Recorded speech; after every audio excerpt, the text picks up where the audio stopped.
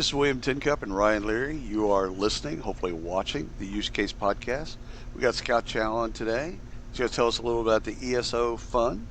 And we've had a wonderful pre-show, actually. He schooled us. Could have been the actual show. Oh, yeah, we should have hit record, actually. We can do it again. It was just I had great. some practice saying it. Yeah. It was just great because he's schooling us on stuff that Ryan and I don't get to talk about a lot. Yeah. So, Scott, would you do us a favor and introduce yourself and ESO?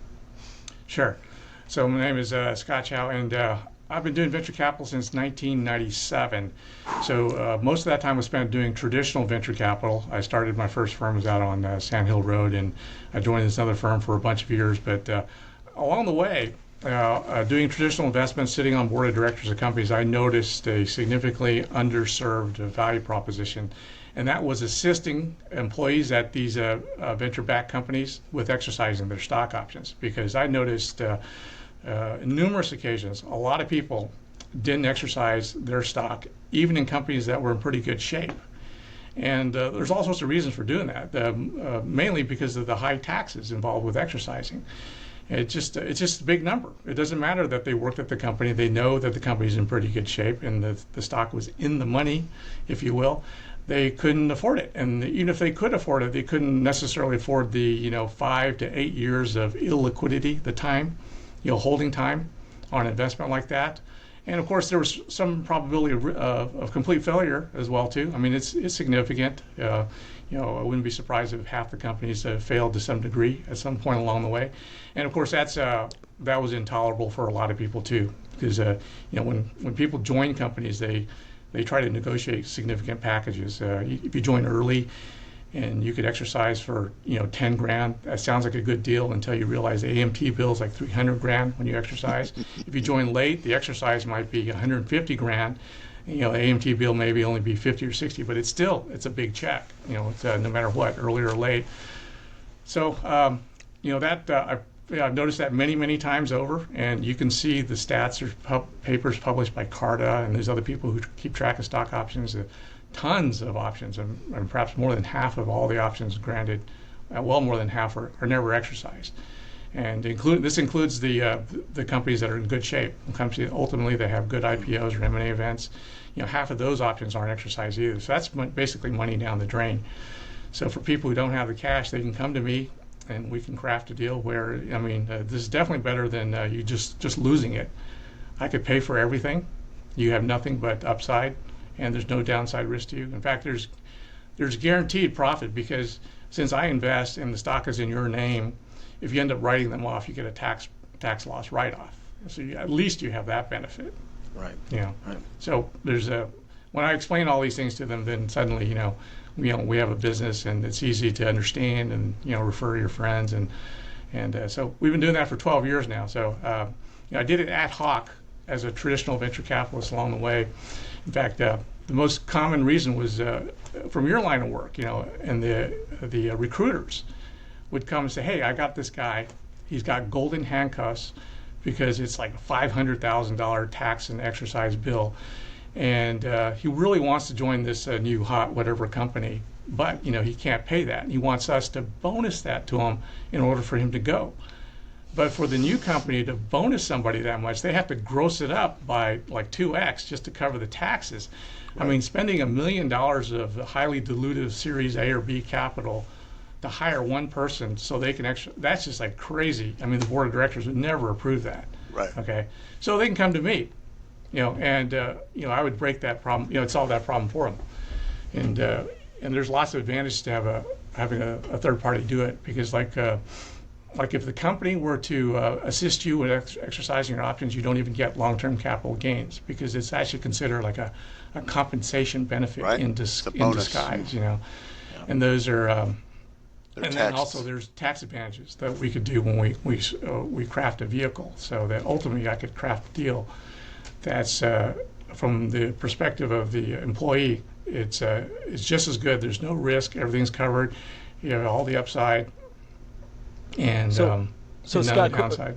A question that I have here is, where is the disconnect? So let's use an example of an employee or somebody goes to an early stage startup, and they negotiate a deal for, or they negotiate a lot of options and things like that, a really good package for themselves at the time.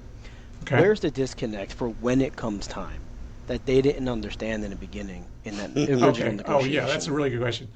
The most fundamental thing is that a lot of people, because there's always young people joining these companies for the very Right. first time, Right. they don't know the difference between stock options and stock.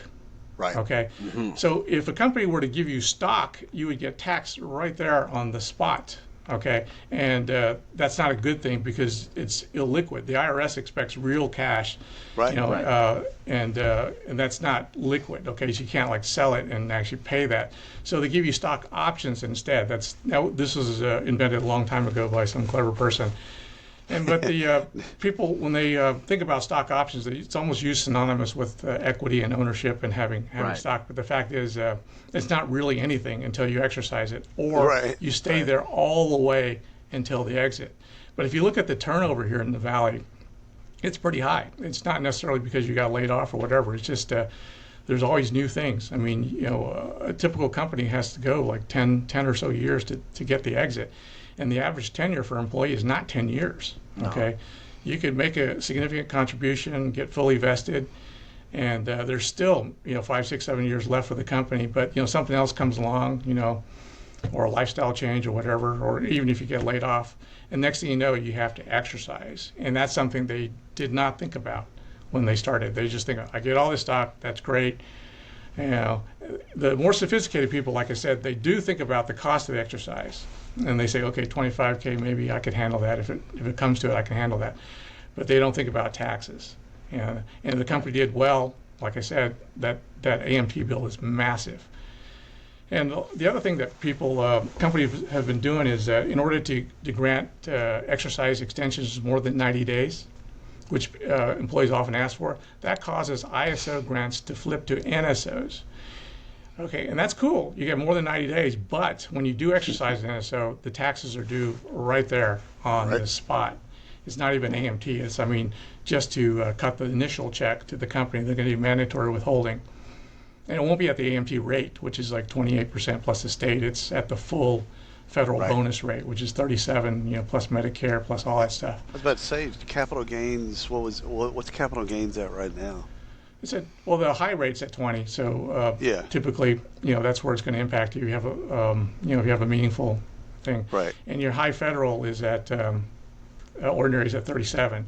Yeah, I use the 2040 in my mind just to kind of keep track of it. Yeah, the old numbers were like 39.6 or something like that. It was 2040. Yeah, and so it's pretty.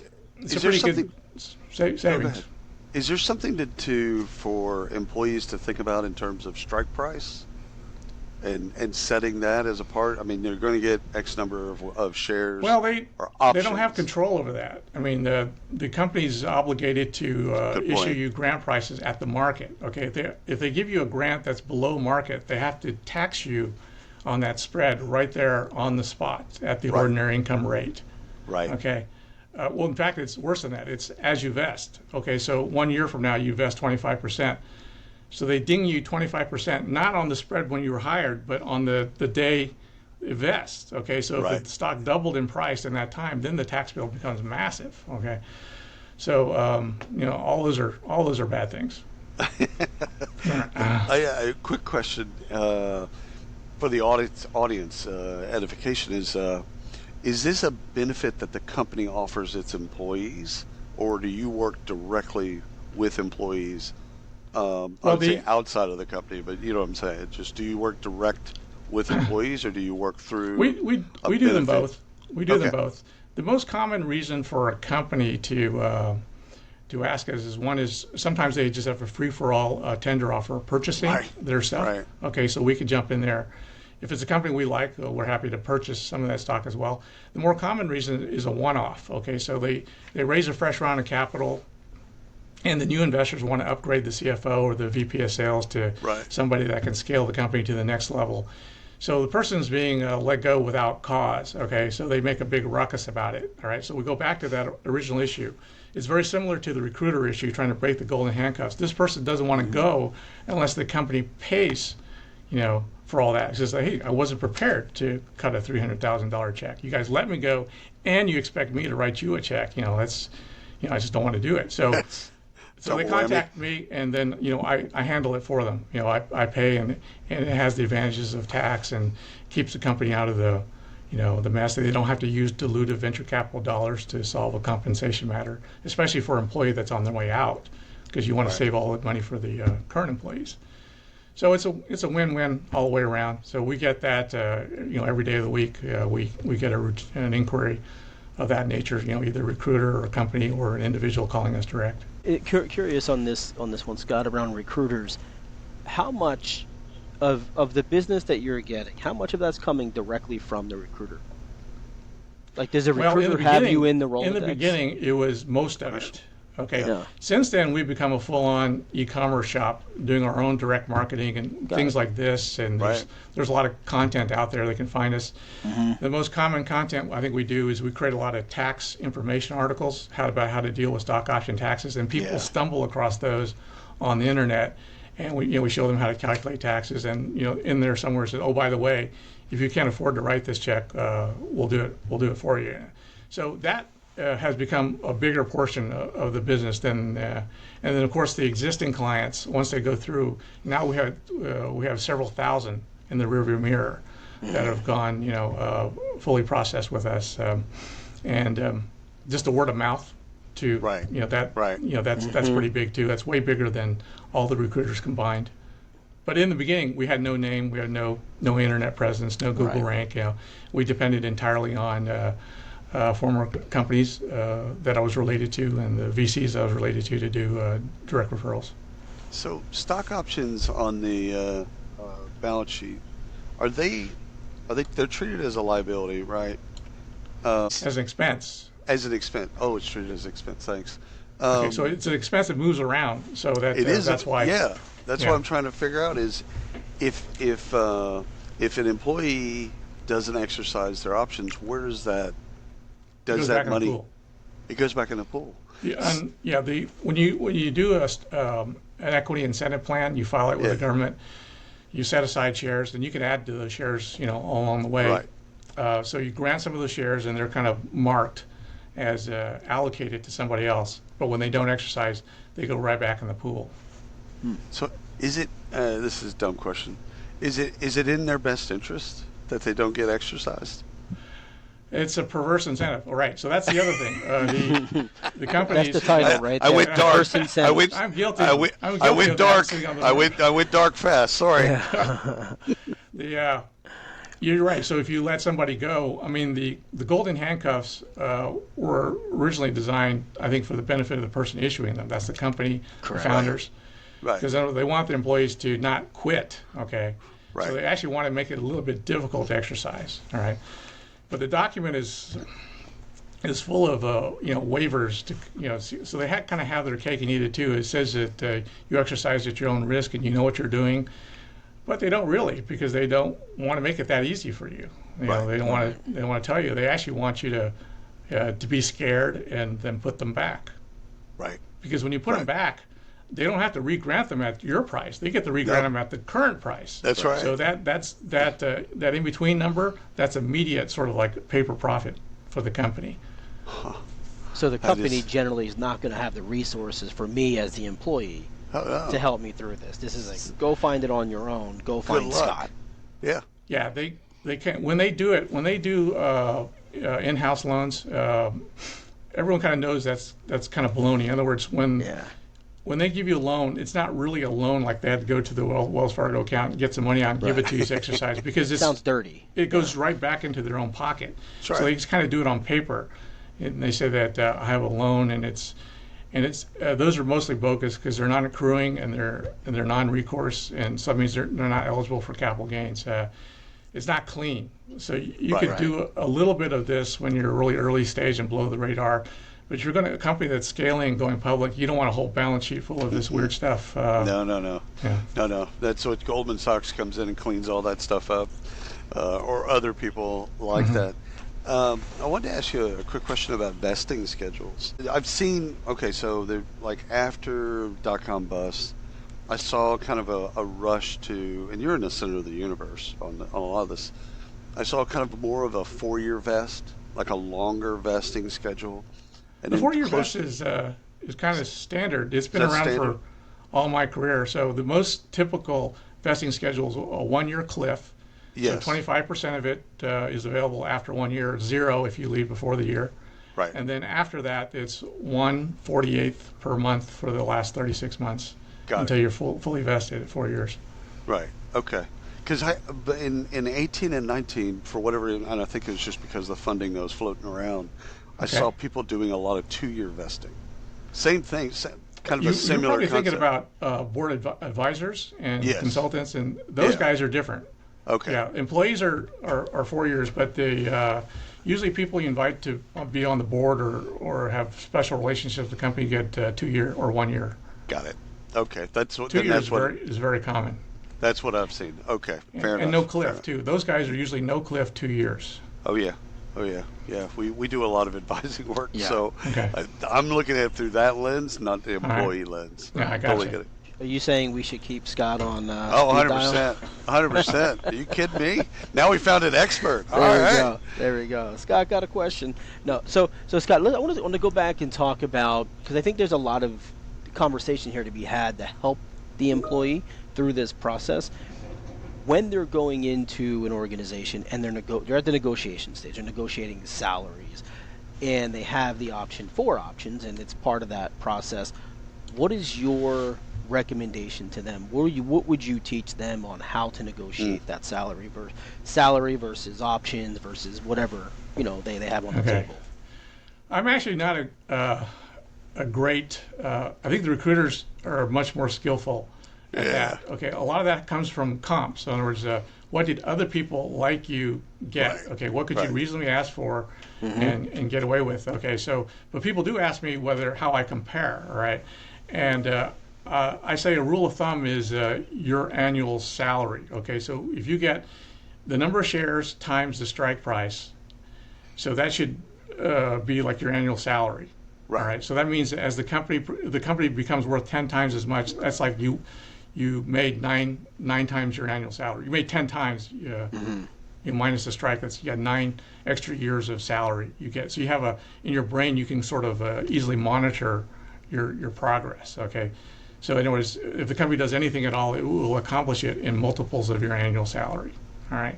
And so grants above that are really good. Grants below that aren't necessarily bad, but they're Yeah. they're just okay. All right. So that's we It's a actually rule of have a thumb. tool on our website that gives you a specific percentile calculation. In other words, it tries to estimate based on the number of employees you have and how much capital you raise, what your stage is. So we have a loosely defined bucket for similar companies, although they may not be truly similar, and then and your job title, basically, executive, individual contributor, manager, and then you type in your grant information, and it'll give you a percentile. And it's Right. still, it's not that meaningful because 0.01% of Airbnb or something like that is still way better than 2% of another company that isn't likely to make it. So That's right.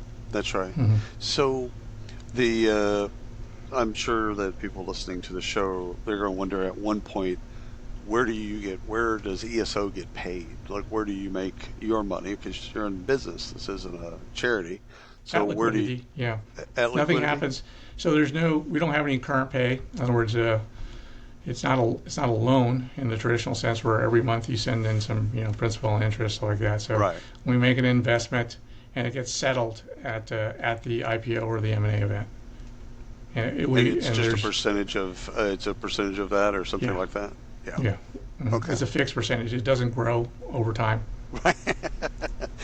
or based on the valuation of the exit or any of those Right. types of things. But It's it does have some interesting technical elements that were added over the years, and the option of cash or share settlements. So in other words, by accomplishing what we call a variable prepaid forward contract, there's a deferred tax position that the IRS allows, for that type of thing, and which is really good, because like one of the alternatives that people consider when looking for competition for us is, how about I sell some of this stuff, okay, use the profits from that to exercise. Okay, what happens is that the profits get taxed. Okay, Right. first of all, you got to find somebody That's not that easy. There's broker fees, and the price isn't fully baked. So you're going to lose a big chunk of your shares selling. Okay, maybe you'll have enough profit, maybe you won't.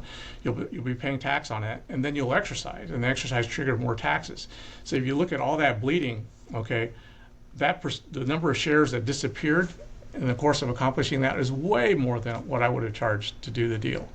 Okay, not to mention the brain damage of locating that and negotiating that. That's the first time a vendor, a partner, has said brain damage on one of our shows, and I absolutely love it because it's exactly what it is. Like, why would you do this? In pre-show, you mentioned sometimes employees think of it as like an insurance policy. Like this is like, or insurance, maybe not policy, but like insurance. That's right. Yeah. Sometimes people get all caught up. This is, you're getting this percentage, okay, and is it worth it? Okay. Right. So another way to think about this is like would you self-insure your car? Everyone knows that that the cost of all your lifetime repairs is supposed to be on average, less than the cost of all those insurance premiums you pay through your whole life. But the reason you pay those insurance premiums is because there's always some probability that tomorrow you hit a pregnant woman at an intersection and you get nailed for just a massive bill. Okay, right. Way more than you could possibly handle. Just to deal specific, with that probability. Very specific, Scott. By the way, it's just very, very short. Okay. Slide into a family of 6. Yeah, got it. And so we give you a peace of mind, all right? Right. And so that's part of the value proposition. And on top of that, we trigger tax benefits, long-term capital gains, and there's also something called QSBS. If you do this early enough, the IRS is a full-on waiver on taxes, okay? So our piece of the action is typically less, always less than the QSBS savings is pretty huge, okay? It's a total waiver up to $10 million.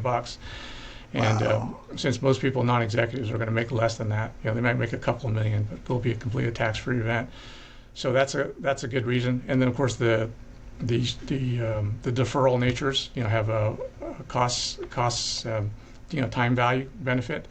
And another big thing that people don't fully appreciate until I explain it to them is total return. In other words, okay, so they're contemplating exercising themselves. Okay, let's say they have the money. They have, 250 grand ready to go, and they don't mind waiting for that many years. So they're already kind of rare in that sense. But let's say that they want to do that. So if they do that, what's going to happen is they get 100% of the benefit of this stock. They also have 100% of the benefit of the loss.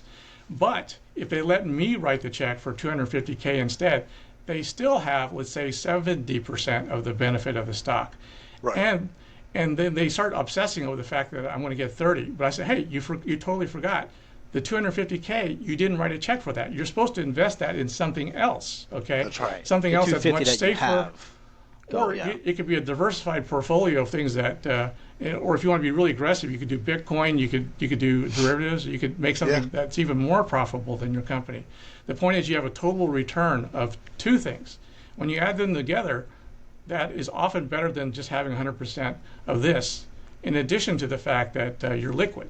Because whatever you buy with the other stuff, it could be treasury, money markets, just you could be completely liquid, and there's almost no risk at all. And there's lots that you can do. In these conversations that you're having with people, just in this very same scenario that you're describing, do you get a lot of confusion? Do they look at you like, why? Like, why am I actually doing this? Because it makes complete sense, right? It makes sense to me. But do you get a lot of confusion from these people? I could see the literacy not being high. I spend a lot of time doing tax education on the phone, and it takes a bit of effort to calm people down. All right, so closing transactions is an additional art that the team has developed over time, is to build confidence. The biggest thing is just the word of mouth referrals. Anyway, the people who've already gone through the process, when they say it's a good idea, then it becomes super easy to close a deal. We don't have to go through all of this, and they're kind of good to go. And over time, it's going to be a snowball effect. It's getting easier and easier for us because the number of prior transactions that have been either at the front end. Also, we have of the 2,100 plus deals that we've done, I think nearly 1,000 of them have gone full circle. I mean, they already cashed out at the other end. So those are all solid referrals. I could say that, hey, at both ends, whether it happened, as expected, or whether there's any gotchas.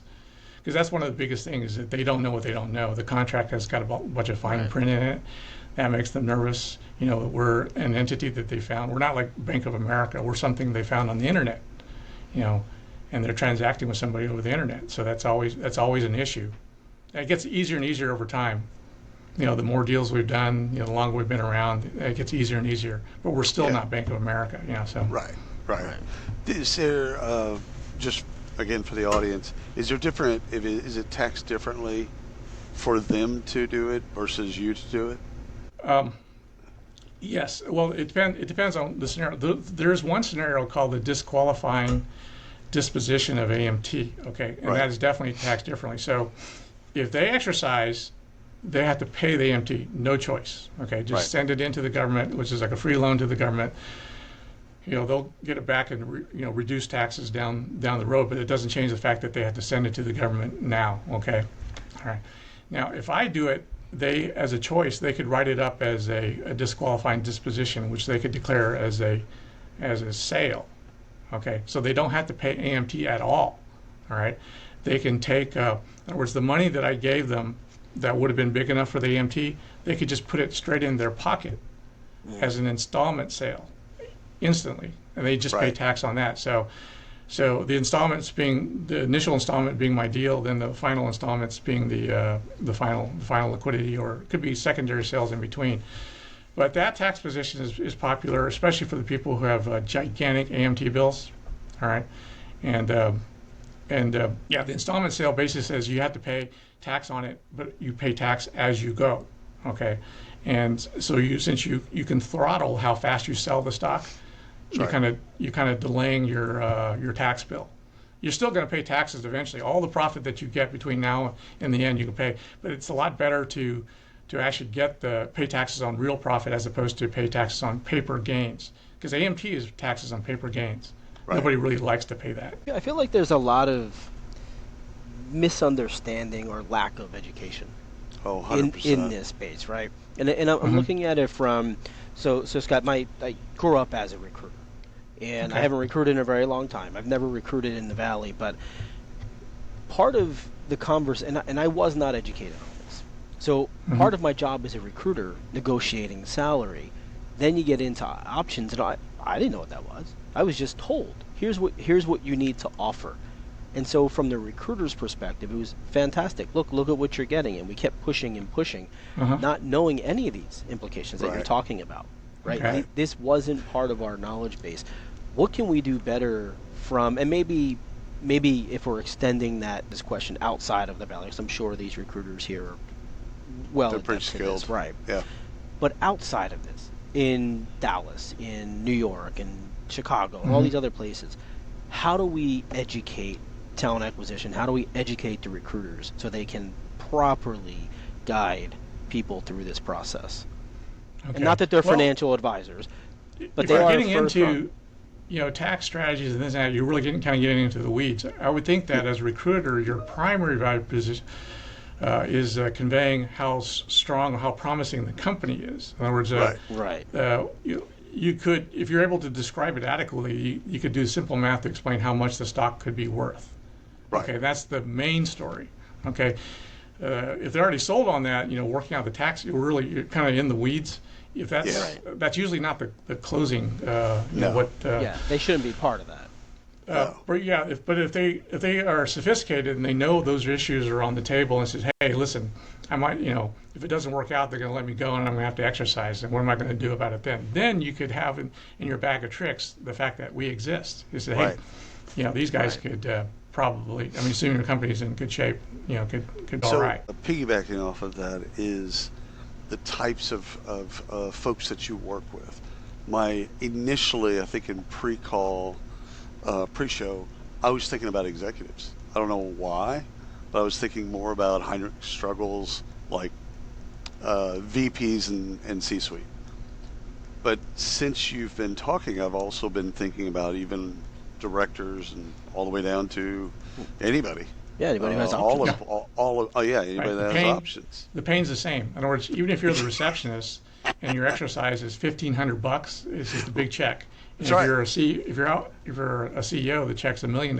It's a pain. It's proportionate at that It's point. proportionally painful. Yeah. Okay. So financially, it's not as productive for us to do the receptions, but we do them all the time because the word of mouth benefit. You handle one person and they immediately tell. As you kind of work, because once you decide that a company is in good shape, you just want to do it over and over again for as many people at that company as possible. So it's got to start somewhere. I mean, ideally, it's the first person through is an executive of some type because we can ask the most questions. A lot of companies are well known, so it's kind of transparent. All I need is Google to figure out whether the company's in good shape or not. But other companies are, I mean, they're literally, there's thousands of deals being done every year. I mean, the vast majority of them are not household names, so I need to be brought up to speed. So if it's a VP or whatever of the company, I'm able to ask questions as if I was in a traditional venture capital pitch session, ask basic questions about what the company's up to, who it competes against, and how they're doing, what are the traction merits, PKIs they have, and then I could green light the deal for funding. Because once I sign off on executive, then all the little people, because if the first person through is the receptionist, one of the challenges is that if it's not a famous company, the person literally knows almost nothing about what they're doing and what's up, and I have to figure it all out on my own. It's just more challenging. It can still be done. Yeah, I could see that. Does we mentioned I mentioned hiring struggles? Could they be? Are they partners of yours in a way? Because they're placing people. Oh, you mean the recruiters? Yeah. Well, I'm thinking of executive search in particular. The research. Well, we don't like to. Partners suggest that we have a financial connection that's going to create some additional liability for both of us. Okay? Yeah, no. Yeah, so we're really a tool. Okay. Yeah. Just like if you need an attorney to negotiate severance, blah blah blah, you should have in your bag of tricks a bunch of attorneys that you trust. That the person could talk to and interview and get something taken care of. Even if it's just a moving company, you probably have those in your bag of tricks too. Who can handle that and give you the best deal. And we're just another one of those. It's a big one because the golden handcuffs do need to be broken. So but to say that we have a connected. Like, for example, one of our referral sources, people often need tax accountants to handle all this stuff that results from our transactions. Okay, usually make a lot of money and they got complicated taxes and that.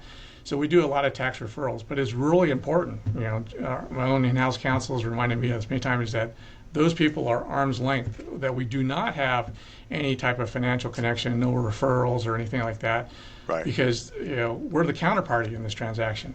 Right. So whoever handles their taxes, I mean, that's got to be your decision. I'm happy to provide a list of people that other people have been happy with, but you have to interview them yourselves, okay? And you sign them up and you pay them yourselves. If they're being paid indirectly through us, you always wonder whether they're doing something that's mainly in our interest as opposed to theirs. What's your favorite customer story, without names of things, but just like you got a lot of pleasure out of your team, got a lot of pleasure of helping a person navigate these murky waters? Well, the big scores are always a big deal, but a lot of the quick, happy faces I get are the quick turnarounds. Okay, I think we've transacted maybe 18 times within 24 hours. Okay. Wow. So those are every once in a while somebody just they're up against the wall and say, "Hey, I never knew you guys existed. They're about to expire."